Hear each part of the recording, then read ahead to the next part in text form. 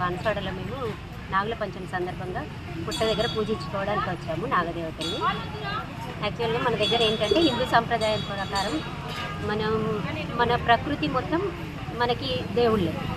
ఆ కార్యక్రమంలో ఏంటంటే అందులో నాగేంద్రుడు కూడా మనకి ఎక్కడైనా మేలు చేసేవాడు అని కీలు చేయడు అని ఒక నమ్మకం.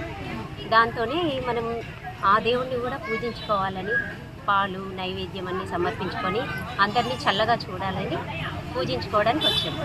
ఇదేంటంటే మన దగ్గర ఆడపిల్లలకి ప్రత్యేక స్థానం ఇస్తారు. దీంట్లో ఆడపడుచుని ఇంటికి పిలుచుకోవడం, పూజకి తీసుకెళ్ళడం, వాళ్ళని సంతృప్తిపరచడం అనేది మన సాంప్రదాయం. దాని ప్రకారం మేము కూడా వచ్చి పూజించుకొని దర్శించుకొని సేవించుకున్నాము స్వామిని.